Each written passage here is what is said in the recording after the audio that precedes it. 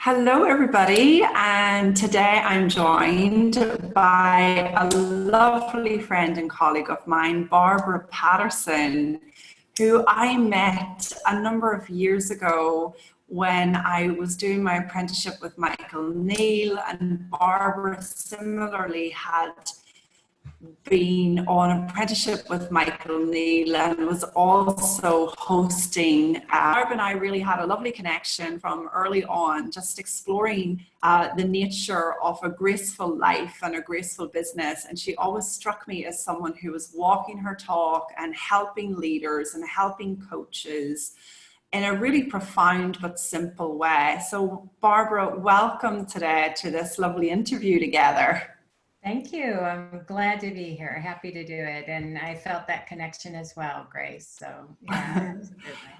That's great. Well, I suppose, Barbara, where I really want to start today is, a lot of my audience are reaching out quite concerned at the moment, given that we are in this climate of the coronavirus and a lockdown in many countries. And I think it would be important for us to start there. So my question to you around that is, when you have people who are perhaps self-employed and who are becoming more and more worried about their business and the future of their business, and even just day-to-day practical pieces around, are they going to make any money in the next week or two? What words of wisdom do you have in this particular area for us, Barbara? Yeah, well, first of all, I get it. I think the one thing that's fascinating about the times we're in is there really isn't anybody that is exempt from having to make adjustments and shift and relook at things, whether it's everything from, schooling their kids to their businesses, to their relationships, to the way they parent, like there's, everyone is having to adjust and shift. And so, yeah, I think it's totally understandable that people are, in the midst of what will all this mean, right? Mm-hmm. And so I'm happy to be talking about it because, I'll just share on a personal level too. I was in Scotland last week and I had to shorten that trip and get home as they were, when I was flying over, on the flight over is when they announced that they were going to, stop travel from Europe back to the US, right? And then, so I was already over there, and then the UK was still open, but then while I was there, it kept changing as well. So I had to adjust and come back early, which I was happy to do. And when I got home, I realized on the day after, I'm like, wow, I'm kind of anxious and, what's going on? And when I realized that I had kind of spent the day, thinking, being worried about my family. I have a brother-in-law that has a restaurant. I have, teachers in my family. I have, people that work, their companies were shutting the doors for a while, and I realized that, no wonder I'm anxious, because I've spent all day following worried lines of thinking, like I had spent all day kind of, understandably, right? Like, but worried. Now, what I'm so grateful for is that this understanding that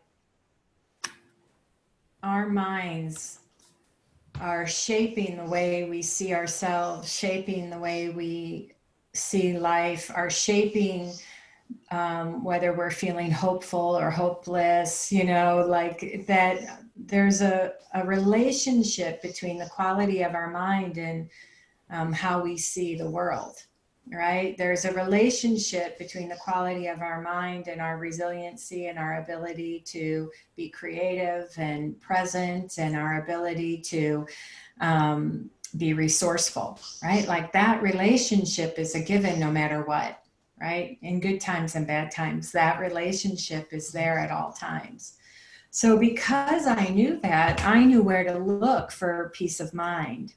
Mm-hmm. Like I wasn't going to find peace of mind in figuring out what the future will look like and trying to, think about that. Peace of mind wasn't going to come in that direction because it's an unknown. We don't know.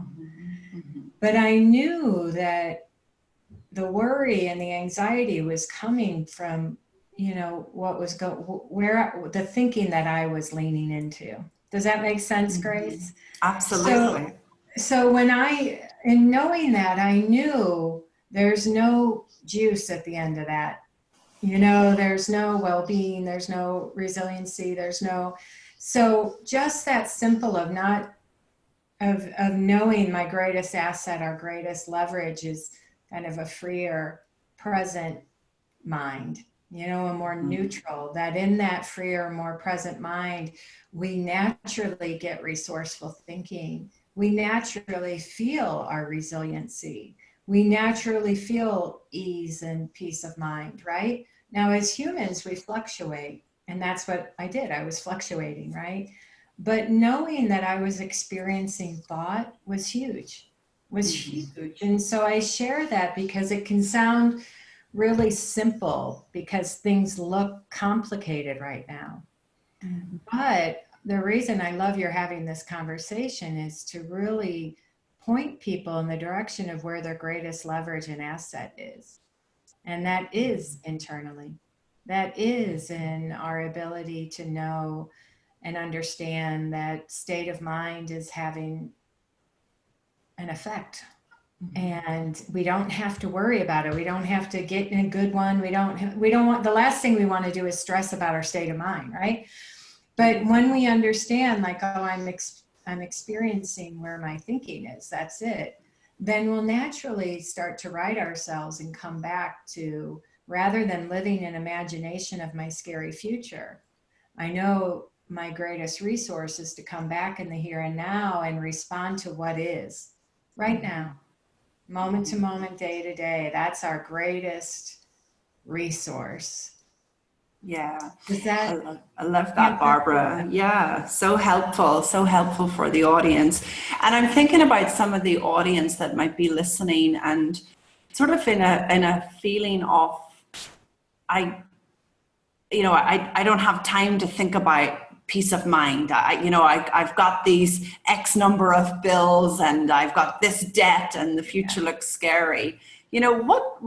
I'm curious, what do you respond to that type of person who's just not really, perhaps not just available to even consider peace of mind right now? Yeah. Well, I think they don't have to consider peace of mind, but if they could consider and see that in a distorted or disturbed peace of mind, in a distorted or disturbed mind, we just don't have our best thinking. Like, and everybody knows that, whether you're in an interview or you're talking to a potential client or you're on a first date or you're parenting, it's like you see that the more anxious, uptight you are, it doesn't go as well, just as an example, just to keep it simple. And so when people just see that, like, all you have to do is, we don't want a good reason to stay in a bad feeling. Like feeling like we can be compassionate and understanding. That's not what I'm talking about. Like, all of us have moments of anxiety and worry right now and moments where it's not on our mind at all. Like, that fluctuation is already happening. And so what I want to highlight is for people to get more of an eye for the fluid nature of their state of mind, for people to see how left to its own devices, our mind's clear and we get more helpful thinking. If we get as much visibility for that as we have for our anxious thinking, we'll be fine. We'll be fine. Yeah. And so it's not to downplay that there aren't things happening and that people are stirred up and you can, again, have complete understanding. But I think this is a call for and a time for to find that innate resilience within, to see that beyond the noise and the stirred up thinking, each of us has this innate capacity and capability to rise to the occasion, to find our way. And the more we can find that home base within, this is not just about feeling better in the midst of it, which is enough, right? Right. But it's also about finding that home base. Knowing where that home base is within helps us be more creative and resourceful and responsive as well, which is what we all need in times like this, in general, in life in general, right? But especially now. Yeah. And it looks to me, Barbara, like, humanity is speeding up. Although everything is locked down and closed off, I see that the innocence of humans, speeding up. And I know that you're someone who has experience of living life in the fast lane, as it were, in your former career, Yeah. and having come to this slower, more graceful pace, which is why I have you here on interview with our audience today, because we're all about a graceful way of moving through life. Can you speak a little bit about, that transition for you, and what helped you slow down more to the speed of Barbara with a capital B when you had lived life so fast and frenzied? Yeah. Well, Grace, I think I've said this to you before, but 10 years ago, if somebody would have said to me, "Hey, are you interested in taking a class on well-being or managing stress?" I would have been like, "No, thank you. I'm good." I was very much, I lived in Europe at the time. I was the head of a global talent development and learning and executive development function inside this global organization. I loved my work. I traveled 80-90% of the time. But to me, I was completely blind to the level, my own internal climate. And what I mean by that is busy and push and drive and stress and striving just looked like part of the deal, and I was up for it. I had a good attitude about it. I'm like, yeah, that's what it takes, but I'm in. And so I didn't understand, in a way, I had no appreciation if people would have been talking about well-being or, slowing down. I just had no respect for that. Not that I just meant like, I just wasn't interested, right? Because to me, it looked like the good life was at the end of push and drive and striving and pressure, and the better I was good at managing that. So that was helpful, right? But it wasn't until I started to look in the direction of this understanding that, an understanding of the mind, an understanding of how that's affecting our performance, our health, our vitality, our resiliency, our creativity. Once I began to see, there's this invisible variable that trumps training, experience, and willpower, and that invisible variable is the quality of our mind in any given moment. And you can see this, like I remember I would work with executives, and they do communication training, and they'd have the best intention, right, to have better conversations. But if they walked into a meeting and they were rushed, irritated, upset, thinking about something else, all that training went out the window, right? That internal climate, our state of mind, the quality of our mind trumps all of our experience, all of our education, all of, like what we know to do. When we're in a sped up or irritated or stressed out or worried, agitated state of mind, that affects our ability to like bring our best self forward in a way, or our best thinking. And so once I saw that, like that just made sense to me, made sense. And I started to see it. It made sense of why in certain areas of my life I could see to change, in other areas I struggled. I just had a whole different kind of quality of internal thinking about those places. It made sense why organizations or leaders, would have the best intention, but there would be no sustained change. I could see there was this role that state of mind was having that was underappreciated. And so once I started to see that, a natural output of that was I started to see and get more of a feel that I was living in an unhealthy norm. It was a norm, so I was blind to it, right? Mm-hmm. But I was living in a state of pressure and stress and rush. And when I started to see in a very simple way that compromises performance, presence, listening, output, results, like it just does. Then I started to get more respect for clarity and presence and less on my mind. You know, I used to have a lot on my mind, and not that I don't now, I do at times, right? But I used to respect all my thinking, right? I used to listen to it, pay attention to it, well, as much as we're conscious of, right? And then when I started to realize, oh, wait, I don't have to.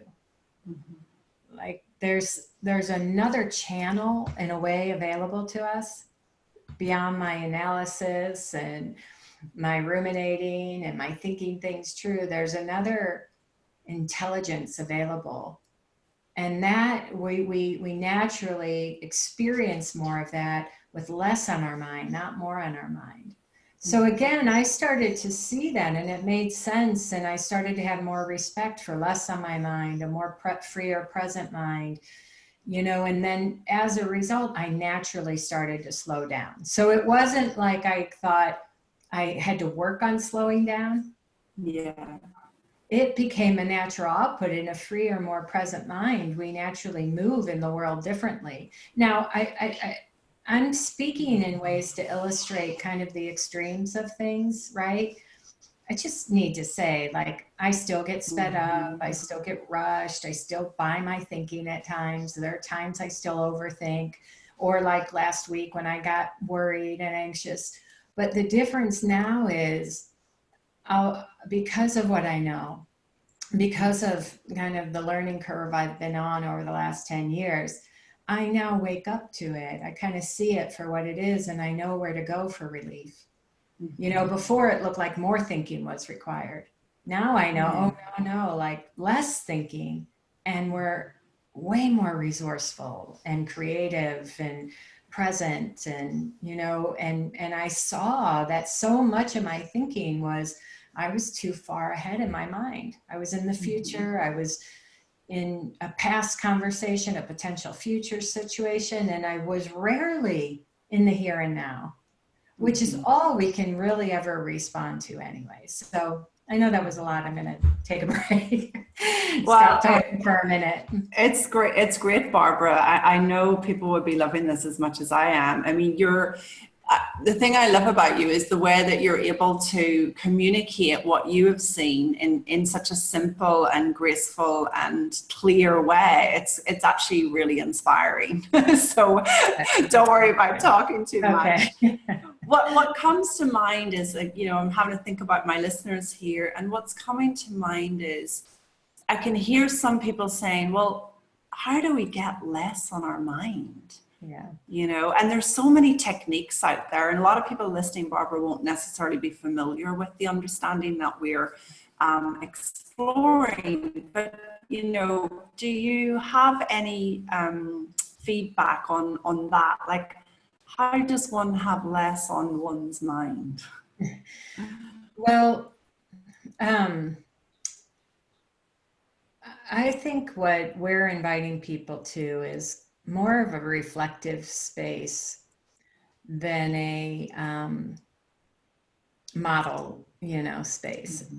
And I say that because I think it will help everyone if they can just hang out and listen to this, and maybe listen a couple times if they're inspired to do that, whatever. But listen for what resonates. Listen for what's waking up inside of you. Listen more reflectively than trying to make sense of it. And I say that because I struggled initially. Like there was something I was hearing that felt really true. So I was really curious, and I kept, you know, kind of hanging out and exploring and looking. But I also struggled because I was trying to apply what I was hearing. I was trying to make it fit with everything else I knew. I was looking for a formula, you know, like I got it. It was like, oh yeah, clear mind, you think better. Okay, now I'm on it, how to do a clear mind. Now I totally understand that, but what I didn't realize was just by trying to figure it out, I was actually creating more noise. I was creating a busier mind, right? You know, so there's something about listening to this in a way that just lets what's going to land and let it kind of have its way with you. I would say that. The other thing I would say is, listen, when we're in life and we're engaging in life, we're having to make decisions, we're having to pivot. You know, if you just fundamentally start to see that you can count on the moment, you can count on, you know, the mind's ability and capability to help you rise to the occasion, to give you helpful thinking, to navigate, to get your bearings. Then you start to realize I can put my certainty and my confidence in that. I don't have to put my certainty or confidence in the fact that I'm going to get my thinking right, or that I'm going to always have a good state of mind, or that I'm going to have brilliant solutions, right, all the time. Like, what we're really talking about is you can place your confidence and your certainty in that each of us are designed to find our way, to rise to the occasion, to find our bearings, and we're human. So the ride will be varied, right? You know, like we'll have moments of uncertainty, but moments where we feel really connected and powerful, right? We'll have moments when we're worried and everything looks dire, but other moments where we're so touched by the humanity that's happening right now, it takes our breath away, right? Like all of that is a part of our experience. And so with that in mind, it's like, you can start to get a feel for yourself that in real time, we do really well in a freer present mind. Now, here's the thing. If you don't respect that the answer is going to come by your anxious thinking, if you just see like there's no juice at the end of that rabbit hole, you will naturally start to lean less into that when you see it. You'll naturally know where to go in a moment. Like, you know, I was speaking to somebody the other day and they were saying, you know, their company is working in the financial markets right now, and they're all working obscene hours. And she said to me, the thing that's been the most helpful to her is to realize that her worry is coming from what she's doing with her mind. Like just knowing that her worry is coming from what she's doing with her thinking gives her a place. Like when she realizes she starts to get more anxious, she knows where to go. Like she comes back to the present moment. Yeah. You know, she does what she can to like get out of her thinking and come to the here and now. And I'm conscious that could feel elusive to the people listening, Grace, but I think if we think the technique or the model is the way to help us, that's a harder thing to put our certainty in. Yeah, ever changing, an ever changing target. Yeah, and it's not elusive, Barbara. You know, I think I speak a lot with the audience about, you know, finding that inner wisdom versus that insecure mind that's constantly on overdrive.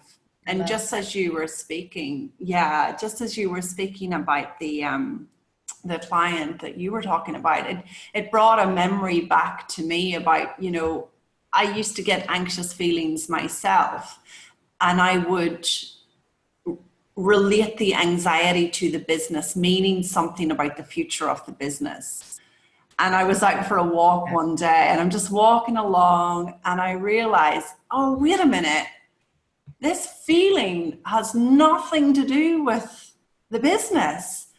it's just indicating a drop in state of mind and getting into anxious thinking. I've been thinking anxiously for a few days, but that tendency for us humans to just relate the feeling to making meaning from the feeling, Barbara, you know, Yeah. and that freed me up so much in my business, you know, not to just kind of have fun and playfulness with it rather than, you know, be constantly in a state of worry about it. So I love what you're sharing. It's not elusive at all.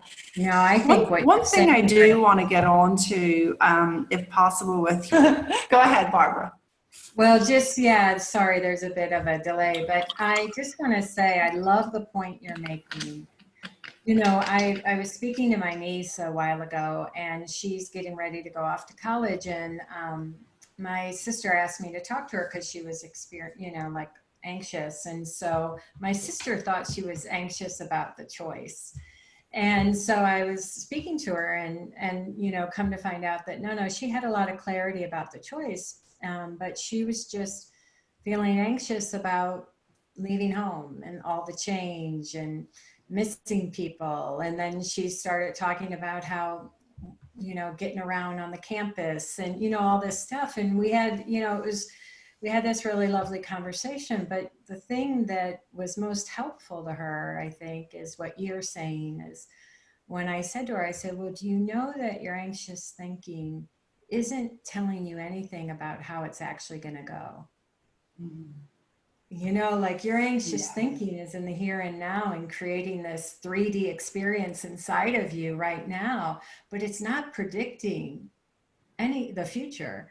And it's not, doesn't have any useful information for you about how college is going to go. Mm-hmm. Yeah. You know, it's just showing you where your mind is right now. And I think that's so true, especially in business. We can think our anxiety is telling us something useful. No, all it's telling you is where your mind is. That's it. End of story. Mm-hmm. Mm-hmm. I love that. Thank you, Barbara. That's amazing. It's so good to hear those stories as well. You know, I think people really relate to the story aspects, you know, and it's great to hear. What I wanted to ask you, Barbara, because this is one thing that I've heard you speak about on a few occasions that really kind of stirred something in me. But you speak about no extra required. Yeah. And I love this. I think this is just incredible. I want my audience to hear more about what you mean by that. And consider people listening who maybe are, you know, giving a service to others and concerned about value, concerned about pricing, concerned about these sort of things. Can you share with us more about no extra required? Yeah, you know, I think that one of the things when I started to realize, I'll share a couple of examples that I think will help. I was early on when I was really learning more about this, and I was being mentored by George and Linda Pransky, who you know. Linda and I were working with a client, and at the end of the session, Linda said, now, why did you do or ask this? And to be honest, I cannot even remember what it was. But you should also know, like, I've been in the personal, professional, organizational development field for all of my adult career. I've been coaching since the 90s, you know, so, and I said to her, well, you know, I think it's a good idea to blah, blah, blah. And Linda, in her way, you know, just kind of looked at me, and then she said, yeah, stop that. Don't do that. I started laughing. I'm like, don't do what, you know? And she said to me, you have so many ideas about what it means to be a good coach, to be a good business person, to be a good consultant, to be credible, to be professional. And she said, all of those ideas are getting in the way of you just getting real and intimate with your clients. Mm. Now, I could feel that in the moment. In a way, it was kind of a radical idea, like, oh yeah, all of our training, most of mine, I'll say, was really about, how you show up. But how you show up had a lot of mental constructs around it and ideas like professional and credible and the expert and like it had a lot with it. And I think in that moment I could feel the opportunity in taking all of that away, like letting all that fall away. Now that I continue to see more and more, and over the last few years in particular, I can't remember what the actual impetus was, but I remember having a thought, do I have to be more than me for you to hire me? Like it just, that thought came. And I'm like, can I just be me as is in any moment and make a difference, connect powerfully, have impact, get clients? Be a good teacher. Like, is there ever anything extra? Do I have to be on? Do I have to be, like, even, do I have to be Barb plus? You know what I mean? Like, I'm not talking even like not being inauthentic, right? I didn't feel like that was my struggle, but I started to realize, I still think there's like value in a little extra, And so I started to really see like the gift and the power when we show up to our work and our clients and our lives and our people, just real as is. And the power of that kind of connection and what we give permission for others when we're willing to show up real with no persona, no extra image, no extra, we create powerful exchanges. And we give people permission to do the same. And so all my ideas about, well, that's not appropriate in business, or, this person, my God, this person is the head of this kind of global thing, and I can't do that there. I got to be a little extra, right? Like I just started to challenge that inside myself. And what I discovered was the freedom and the power and the gift of no extra. And I remember last year I was going to a client meeting with this organization, this global company, and I could feel myself. I decided that I would kind of experiment with this inside myself, and I could feel myself in a conversation, like kind of, doing a little bit of extra. I got to show some credibility. So all of a sudden credibility was on my mind. And then it was, I got to show proof. I got to, every time that thought came, I was like, nope, just be me. Nope, just be me. And again, it's subtle what I'm talking about, but I think people will get a sense of it, right? And what was fascinating was to watch, like even in this potential big client, huge opportunity, when I was just me, we had this amazing connection, and I got the business. I think the fact that I was me was what made me stand out in the long run, right? Like I don't want to show up to every potential opportunity like every other consultant out there, right? The greatest thing we have going for us is that our wisdom, our experience, our work in the world comes through in our flavor. So why do I want to dull that down so much that I look like everyone else? But I also don't want to like put persona and image on it either. So kind of finding that place like, and you start to realize like, sometimes with clients, you're having really tough conversations or things are kind of sticky. Now it's realizing the orientation, the place to go is just more ease in my skin. More connection, more ease, less of any of that other stuff on my mind. And you start to realize like what happens in that kind of presence and as Linda said, maybe intimacy, but of realness, right? And I think it's such a huge relief to realize like no extra required. Like we can just be who we are. And to really show up to potential clients, to our clients, our family, our friends, our dates, you know, again, whatever that is, just as me, without this idea that something more is required. Mm-hmm. That's beautiful, Barbara. I hope there's going to be a book on that one. No extra required. Yeah, yeah, yeah. Love it. Love it.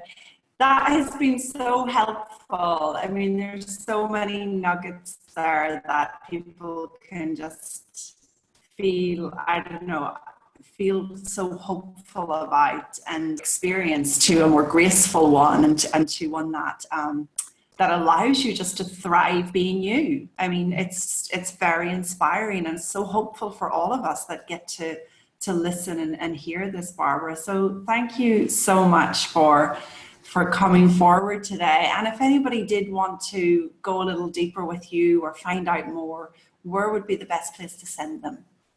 Yeah, so I think my website, barbarapatterson.com, is the best place. And on there, you'll see I have a podcast, which um, you get a new episode every week. And that's really talking to people in business that have had insights and realizations around how state of mind is having an effect, or tapping into their own resiliency. So it's a lot of personal stories, people from all over the world. I have a blog. I also have some free resources on there. So that's probably the best place. Yeah. Oh, that's great. Well, we'll add that to the link here. And thank you once again for joining us today. Yeah. Thank you, Grace. Lots of love, and, Lots of so love. appreciate you. Thank you.